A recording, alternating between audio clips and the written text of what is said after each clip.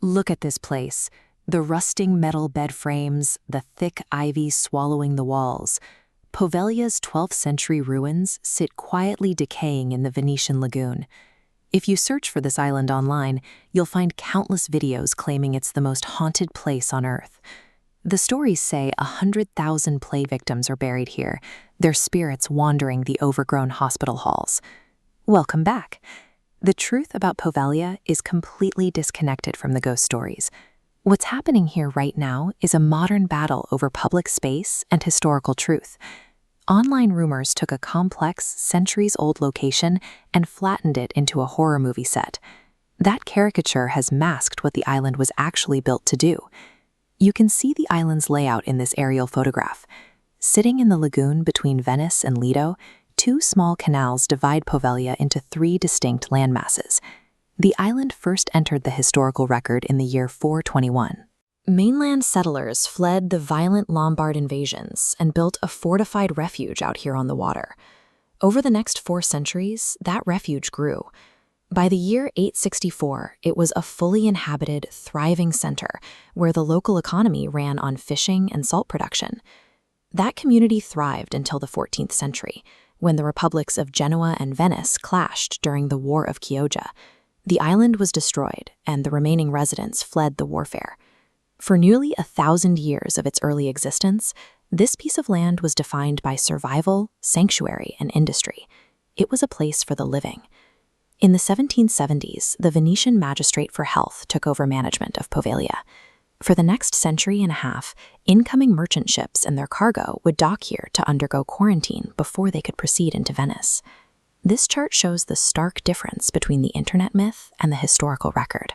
The massive bar on the left represents the rumored 100,000 plague deaths.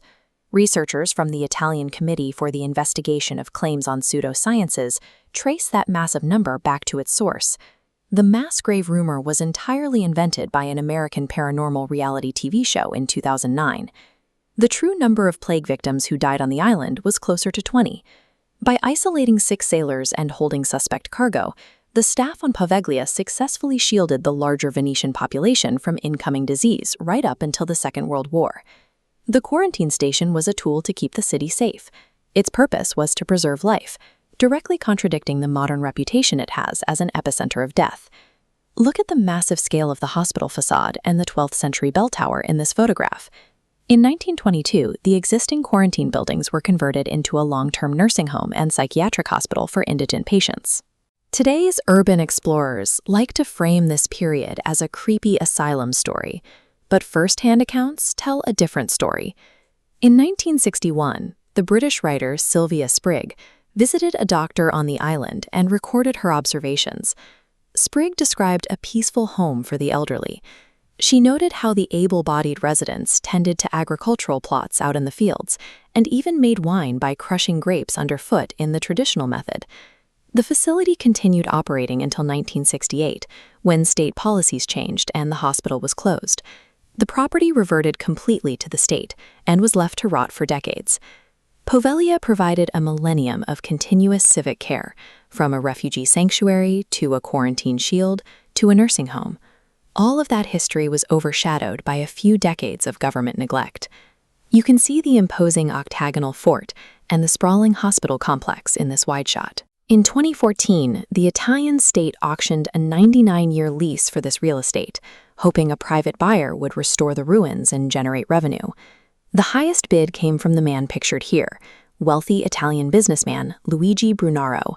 He offered 513,000 euros, planning to invest another 20 million into a private restoration project. The prospect of losing access to the island triggered a massive local response. A citizens' association quickly formed under the name Poveglia per tutti, Poveglia for all. This map illustrates the scale of their counter-effort.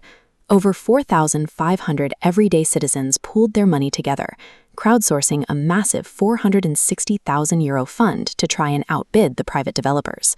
The association's plan was strictly anti-privatization.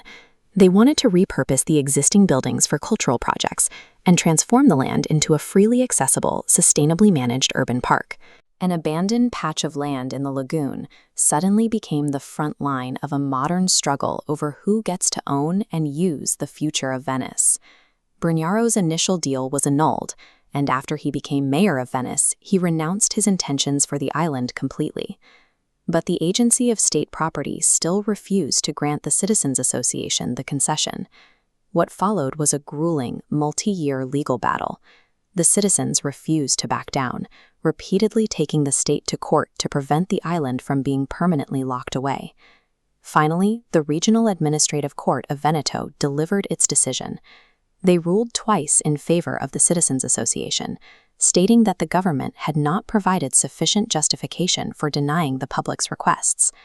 On August 1, 2025, Poveglia Island was officially granted a 6-year concession for the northern part of the island, allowing them to begin implementing their urban park project.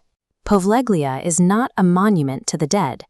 The hospital ruins and the overgrown fields stand as a testament to the living Venetians who organized, funded, and fought to take their history back.